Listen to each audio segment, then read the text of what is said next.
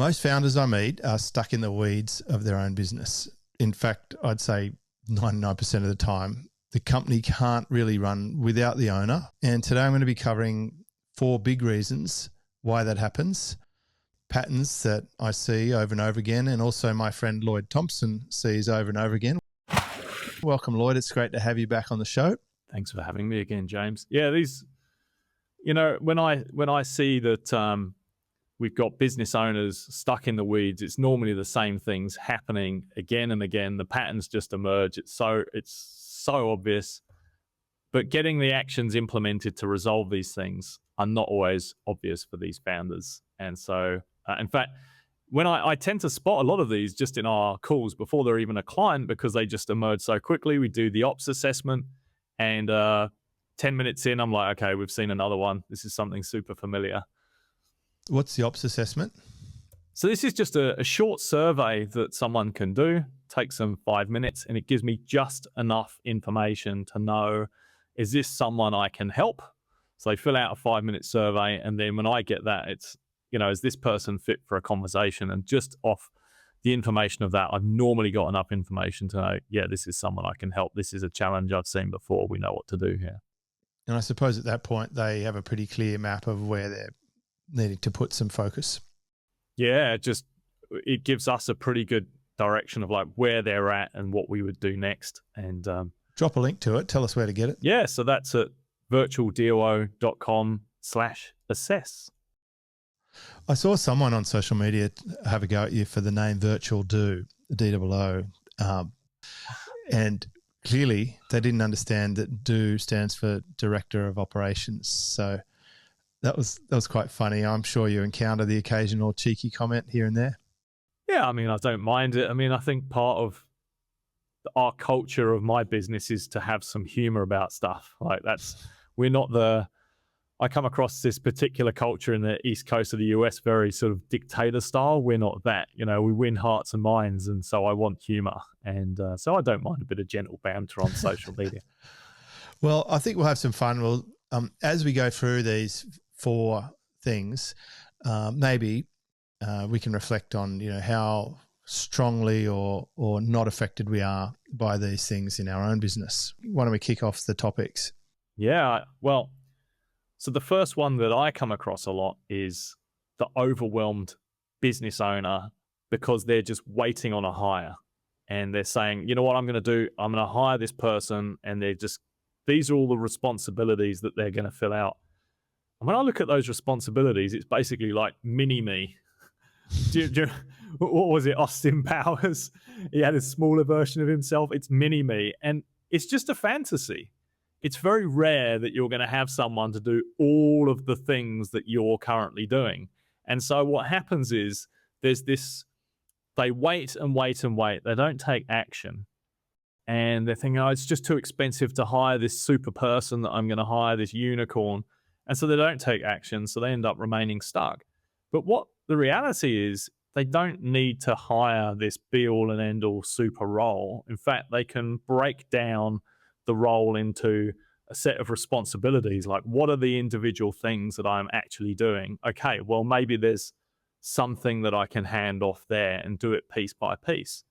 And this is the beginning of what I call a task audit, just understanding what are the individual things that founder is doing, and then looking, okay, is this something I can hand off, this piece? And so for me, I handed off in my own business content creation. Like I'm doing the content, but sort of the video creatives and the images and things like that, I can have someone else do that. Bookkeeping and invoice payable and invoice receivable, you can train up someone to do those things, and so forth.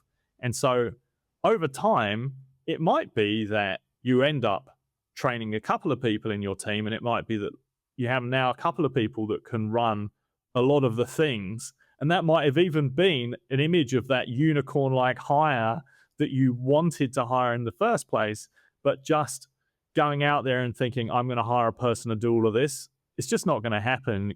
But you can hire people and train them up and hand over things piece by piece. I've seen where people do hire the person to be them. I mean, and I want to address, like, where does this even come from? Some people online, they do paint a bit of a rosy picture. You can just delegate everything, put every job on the jobs boards. You can hire someone to do absolutely everything and the business will run along smoothly. Well, if that person is capable of being you and doing everything you do, what the hell do they need you for in the first place? They're going to do your business, and sometimes they're going to do it with your team and your customers. I have seen this. I call it the Western way, where if you too closely mirror everything that you do and you hand over the entire keys to the kingdom, it's very common for someone to take that and say, well, thank you very much. I'll do all of this, but without your big pay cut. So that's just from a business sensibility perspective. To me, it makes more sense to allocate out the tasks and split them across different roles, but to not give every single task of yours. Like clearly, if you and I are doing a show like this, that's something we do in our business. Nobody in my business does this particular part. This is my part. And without this part, my business probably doesn't work. And I'll say, yes, my business isn't a super saleable, super scalable business in its current iteration where I am the face of it, but that's a choice and it's more of a lifestyle business. But what I am saying is I'm not going to be able to hire someone to do all my coaching and to do all my podcasts. If I wanted to go down that path, then I'm going to have a much bigger business, but there's going to be a lot more complexity, a lot more risk. There'll be a lot more recruiting going on, a lot of churn and burn, a lot of chaos. And that's what I've seen happen to people who have built $10 or $12 million coaching businesses. They're constantly churning through staff. They're constantly stressed about the fact that they stopped being a coach and started becoming an operator who's severely out of their depth in the leadership stakes and the strategy stakes of running an actual business. Is a completely different role. So again, as I said at the top of this podcast, a lot of us have a business that does require us, but if you are suffering overwhelm, the answer is not someone to come and take everything off your plate. It is to split it out. And then you say by responsibility. I've certainly called it a task inventory. So depending on what label you want to use it, and I'm sure there's some subtle differences between the two, it's recognizing what things have to happen in the business and who can take that. But it's not necessarily, I think this is your point, it's not going to be some magical unicorn that takes everything. It's not an everything. And then also, there's generally an order that you can approach this. So depending on how technical you are, if you're offloading things off your plate, you might think, well, okay, can I automate some of these tasks? Or you might not be that technical, so you might hire someone to automate. And then the next level is normally getting an administrator. So that automation administrator is normally sort of the entry bar of hiring of where you're looking to get your first staff, get rid of all of your admin. And then I normally see marketing and delivery come off. So those are the next kind of things where I see people looking to get external help.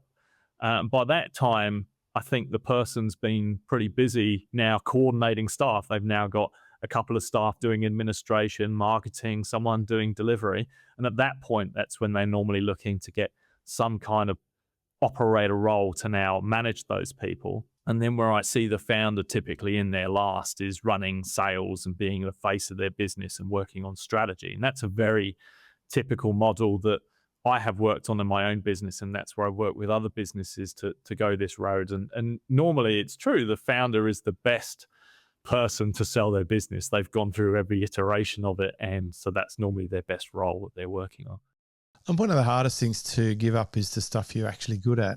I do see overwhelm is often because people are hanging on to things that they should be giving away, not even necessarily looking for the unicorn yet. They're still in that stage of, oh, I have to do everything. Like no one else can do it the same as I can.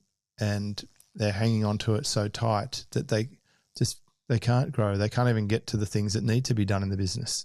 Well, I think there's a couple of elements to deciding whether you want to hand something over.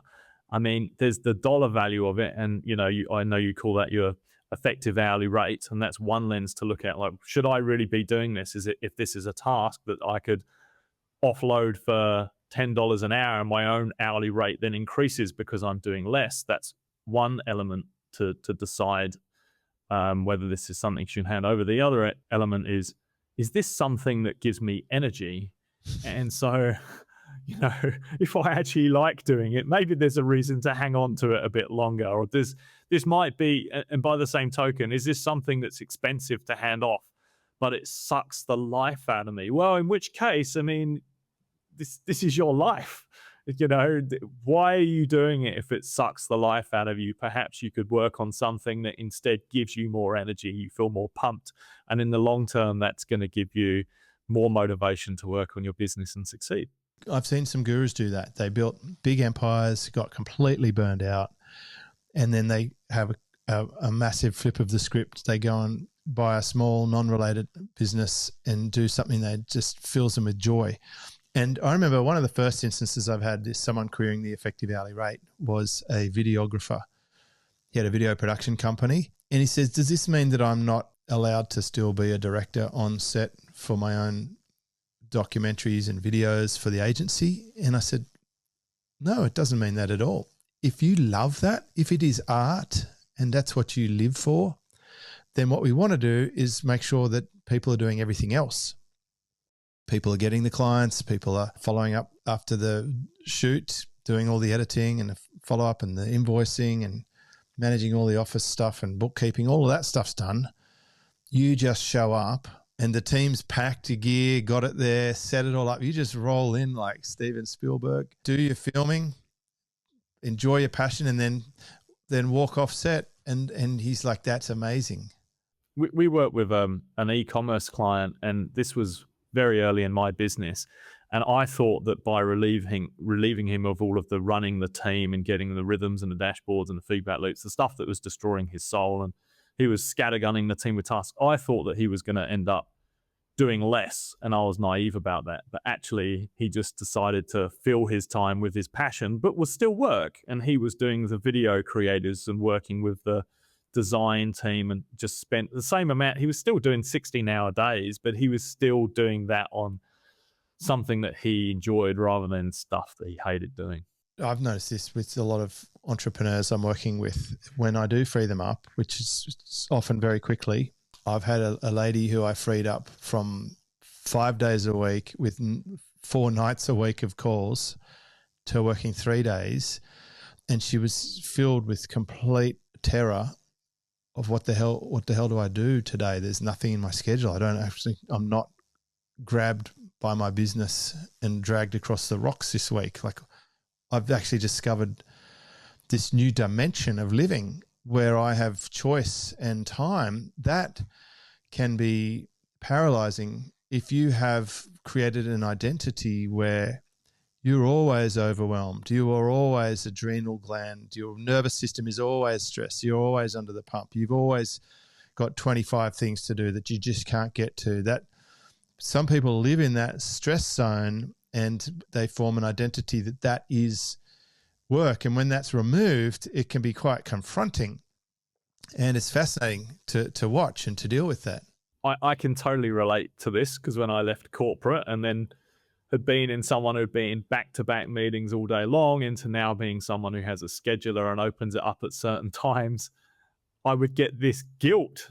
Oh, shouldn't I be in a meeting at certain this time? It's a strange feeling. And I still get it sometimes. I'm like, shouldn't I be on Zoom talking to someone? You'll probably get it for 10 years. So I don't know. I'm like, I left in the middle of 2008.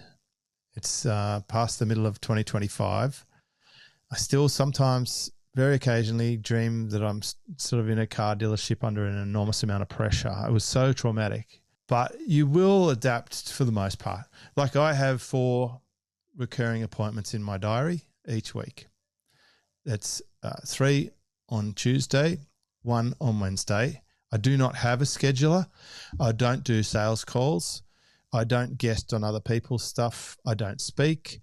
I don't run live events. I don't have affiliates. I don't do much in the way of paid traffic. Like, my list of things I don't do is so vast that all I really have to do is show up to 4 calls a week, which is spread over 2 days. And really, it's like 9 in the morning and 7 at night is my big work day, and then 1 call at 10 o'clock the next day. That is it each week. The last 2 weeks I've been in Fiji, and then I've been touring around for driving around the bush looking at dingoes and pythons and whales and stuff. And then I come back to my office here, literally haven't been in front of this microphone since a week ago when I had a gap between the two trips. But that is normal way of living now, but it would be so foreign and so unusual for someone who is locked up. And I've had people show me their scheduler and brag to me how many appointments they've got. And I get people in their inbox every day like, what if I could get you 25 appointments, in the next week? And I'm thinking that would be fun. Like, that is literally my worst nightmare, to have 25 appointments. Imagine having to sell to people, like to convince them that they should be coming on board mentorship. That would be my worst nightmare. Instead, I'd rather have pull marketing, which is people coming to me, wanting to buy, and then joining and getting a result. That is perfection. But it has taken years and years to get to that point. And absolutely, I can speed people up with that. My main point here is I think overwhelm is sometimes an identity that needs a little bit of a crowbar to undo. So you're either in two camps. You're either hanging on to everything and aren't looking for the unicorn, or you're looking for the unicorn, and we're saying that probably either of those aren't the best option. There's a middle road, and that is identify, Lloyd's word, responsibilities, and then start offloading stuff off your plate and experiencing what it's like not to be overwhelmed for the first time in a while, probably. Well, I think that's a nice point in the conversation to bring on to the next topic, because what you described as your break, where you went off and had a very minimalist couple of weeks, is pretty much the opposite to what I see a lot of founders have. They're drowning in notification messages from all sorts of different channels. And some of them are under the perception that, and this is classic visionary thinking, all I need is another tool to rationalize all of this. And that's the shiny object syndrome that I see a lot of people founders sell have. tools. And they do it very well to a lot of these founders, I think. But I will backtrack a second from that and say, sometimes there is a better tool. In the case that I see surprisingly big businesses running on WhatsApp, and I think, well, look, I like using WhatsApp for social. It's also for me the dedicated channel, not just for social, but if my team if it's an emergency, which is, I don't think we've had one yet, but if it's like, hey, this needs a quick call or something, then they're going to call me or message me on WhatsApp. And I'm going to think that's strange. But otherwise, it's the social channel. And so I think sometimes there is a better tool for people, and that might be Slack. That's something that I use. And there's a number of reasons around that. And I don't want to get too far into it today, but things like being able to create private channels with just the select few people that you want on there, rather than a broadcast group with lots and lots of noise on there and the ability to transcribe. There are a couple of reasons why I recommend something like Slack. But the point I really want to make here is just founders having all of these channels. It might be text, phone, WhatsApp, team chat, email, Zoom, right? And they're just being bombarded all of the time so much that they struggle to be able to focus on the few things that are really moving the needle in their business. And all they're doing is just responding to messages all the time.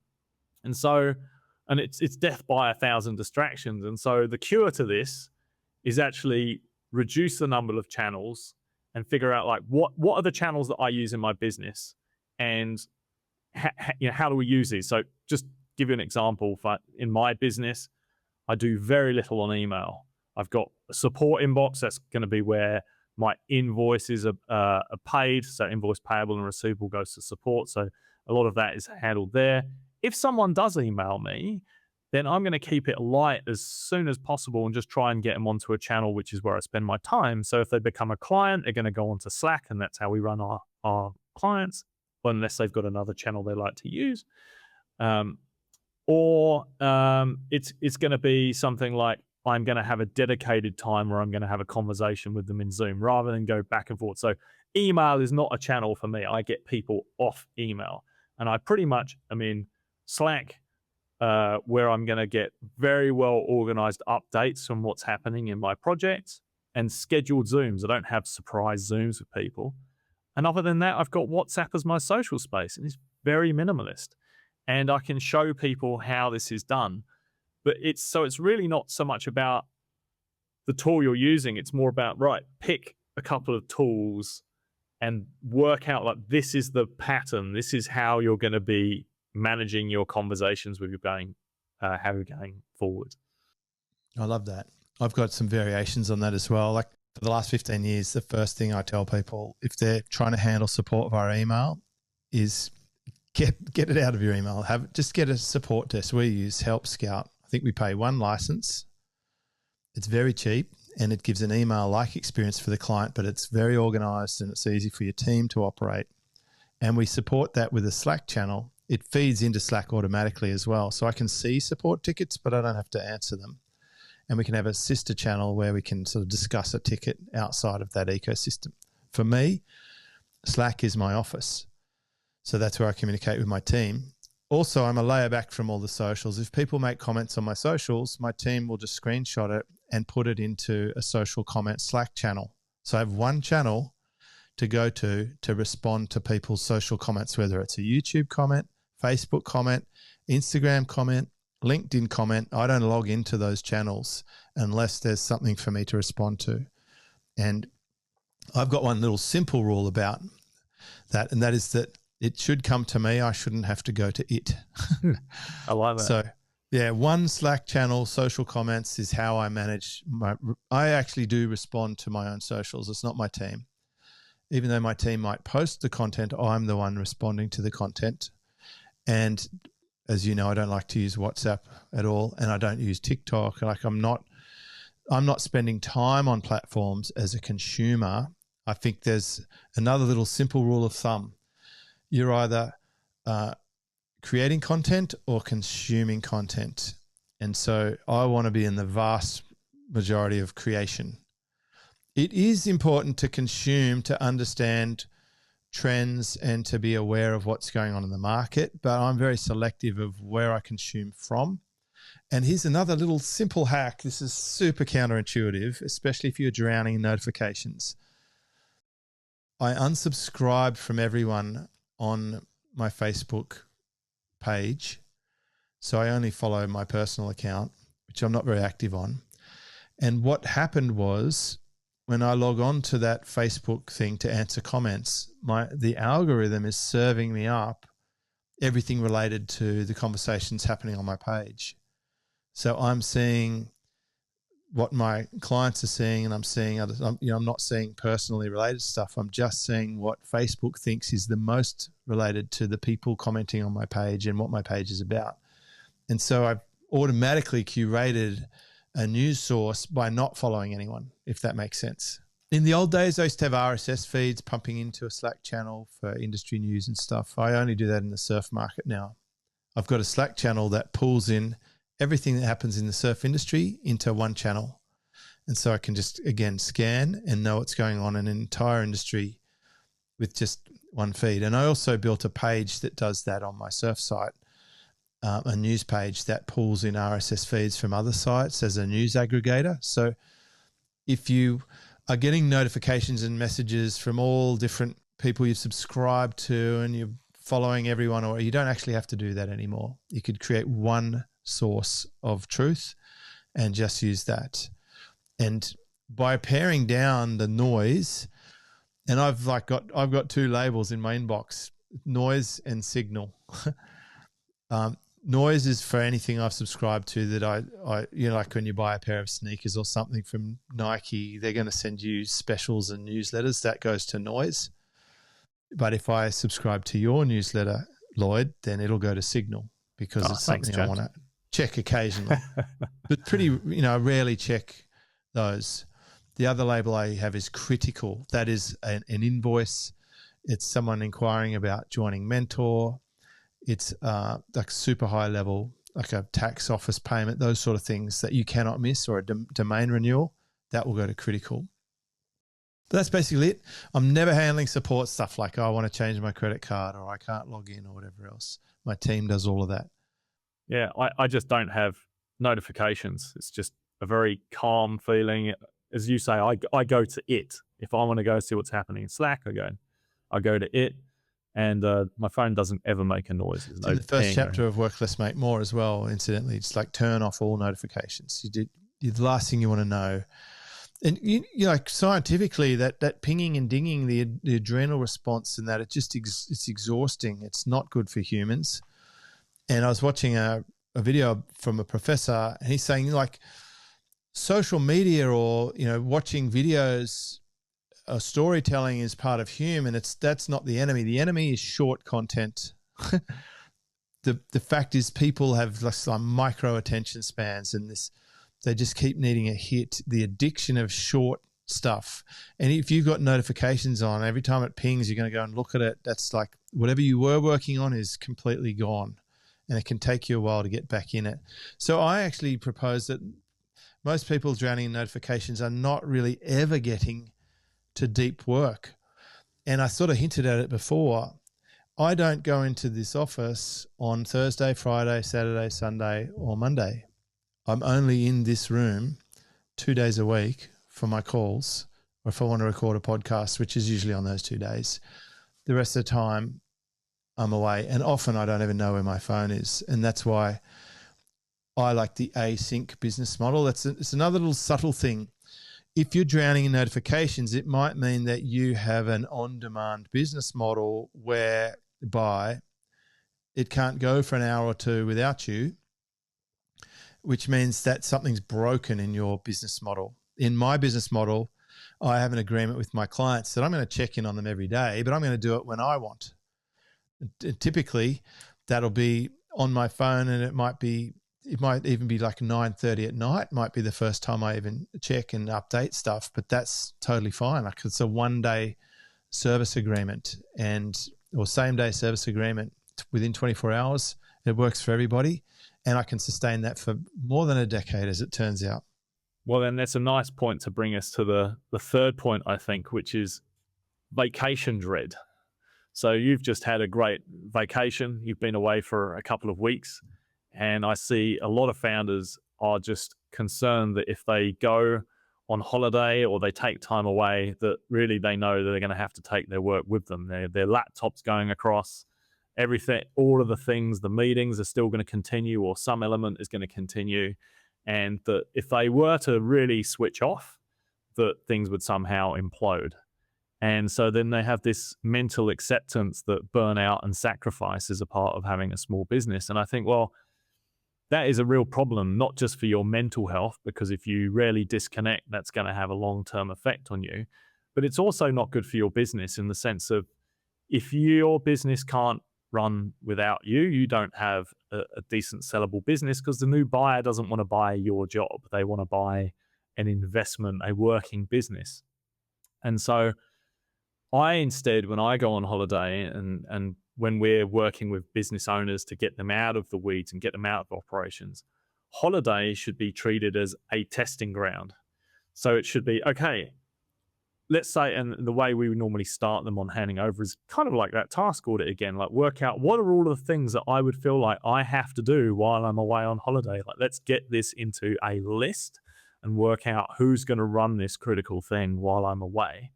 And what are the due dates of this thing, like that this thing needs to get handled. And it can be a spreadsheet or it can be a task management tool. But the concept is, what are the list of things that must happen while you're away? And then when you come back, if you had a call while you're away or something did get raised to you, this is the time to look back to that and go, why did this need to come to me? Like, what in my process is broken that this needed to come to me? Is it I needed to do better training? Is it that team member feels like they need me for every decision? Should I have given them some kind of a budget? Do they know that if they don't hear from me within a certain amount of time, they can make the decision on X if it's less than, say, $5,000, whatever it is? Like, what is broken in my process? And I feel like that's a great reason to actually, it's a good thing to have a break, not just for your mental health and to be able to have that white space to have new ideas and reflect on your business and have a good amount of time off. It's also good because you can have a look at what is it in my business that really depends on me? Like, what are the gaps? That feedback loop is really, really important. Agree. It's counterintuitive, but I think it's a great prescription to have a business owner take time off because you see what you got. Yes, some businesses will collapse if you take time off, and that's exactly why you need to make changes. If you have a small business like mine where it's probably not sellable and you are involved in key parts like I am, it's not going to stop me taking time off. It just means that I'm going to have a very good system around when I'm on and when I'm off. If I'm on for 4 hours a week, then I can be off for all the other hours for the week. And that's the agreement that I've made with myself on how I want to run the business. The main things that means is I generally won't catch an aeroplane at the same time as my call time. So I'm restricted for travel between Wednesday after lunch through to Monday evening, but I've still managed to get myself all around the world every single year with that system in place. So some people will resist having a recurring schedule, but I think it actually brings me that freedom.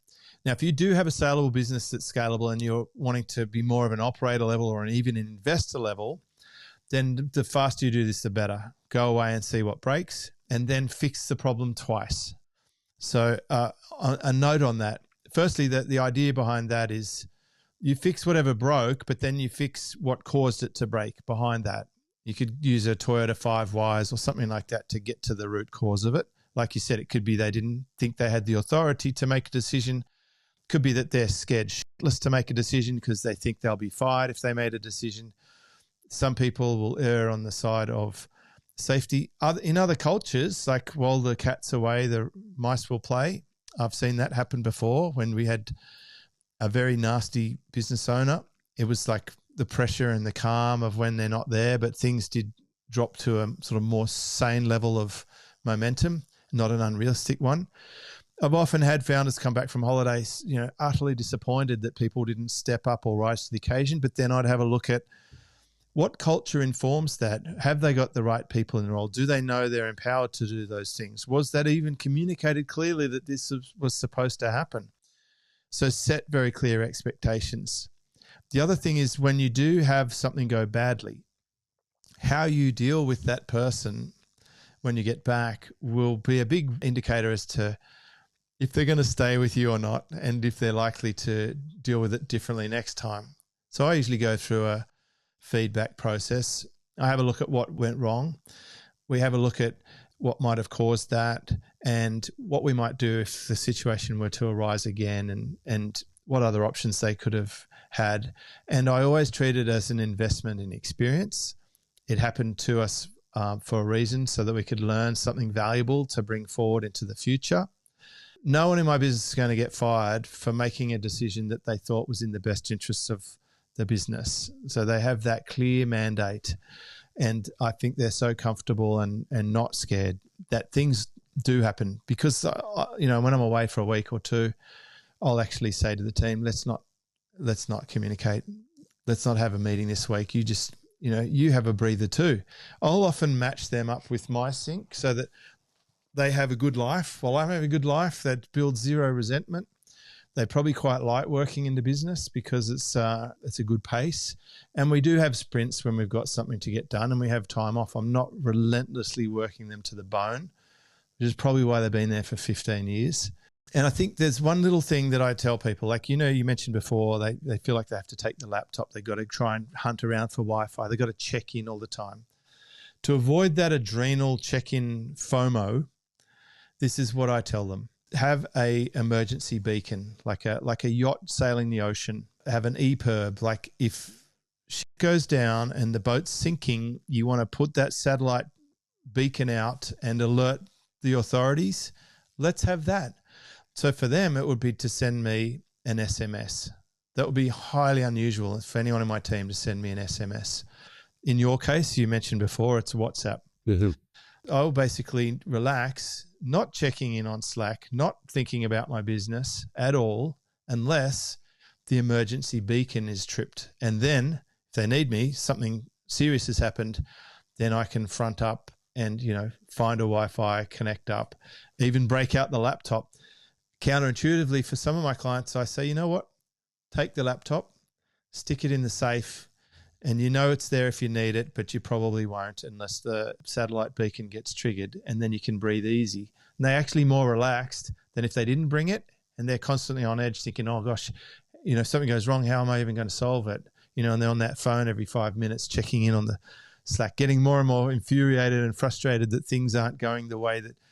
And then you hear the classic stuff, Lloyd. Have you ever heard this? Oh, I just don't understand why they don't. Why I just don't think? Why don't they just do the things that they know they should do? Like all the common sense. And I think as a founder, if you're getting to that, then you have to take responsibility for that. And that's not always what that founder wants to hear. Like, why 100%. has it slipped? And in fact, I think if we can now transition, this is my very last point actually I want to make, which is if you're a founder and you're finding that your delegated work is slipping, then sometimes it is the environment. Sometimes you genuinely have made what people are responsible for clear, but quite often I find there's bits of this missing.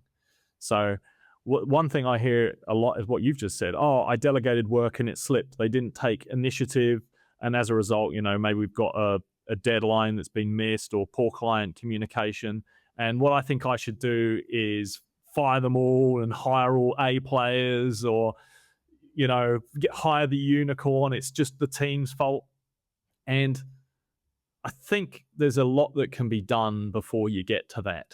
And so the first thing is making sure that all of those responsibilities and accountabilities are clear. I quite often think that those things are missed. So I think, okay, well, is there I call it an accountability chart. That's quite a well-known term. It's basically an org chart with who's accountable for what on it. This person's marketing, they should be bringing in qualified leads. This person's finance, and they also handle invoice payable and receivable and so forth and so forth. So it's a chart mapping out who's accountable for what. And a subtlety there is if you've got two people accountable for the same thing, and I see this a lot, then there's confusion. If two people are accountable for the same thing, nobody is, because there will be... Is it better to have a primary and a shadow? Much better to have a primary. So that's how I used to do it. We list every task down one column, every person across the top. I wanted a primary tick box in every single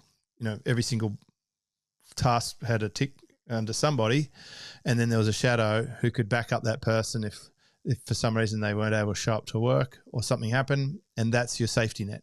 I do a very similar thing there. I do that also at the SOP level, so you can call it an SOP ownership page or something like that, or process ownership page. And so it's just list out all of the process areas and have a one person who is accountable for that. And then you can have other people who are also responsible. So they might be also the people who can execute it. But I always want one person who is accountable, and that one person who's accountable for that process is accountable for ensuring that it gets updated, that it is correct, that there is another person that is trained up in this process. So it's like your shadow. And I think that's quite often missed with people. They create processes, but they don't give the ownership. And I want to make sure there's one person that really knows that this is your baby.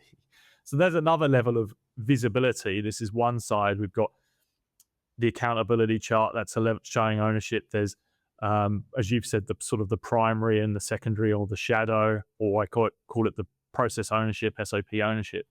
And then the third level, which a lot of businesses are familiar with, is you've got a task management tool and you're assigning a task to someone, but that's quite often done badly. Like, it should have who is the one person it's assigned to and what are they really signed up to do here? Like, is what we're asking them to do clearly described? So that's the visibility side.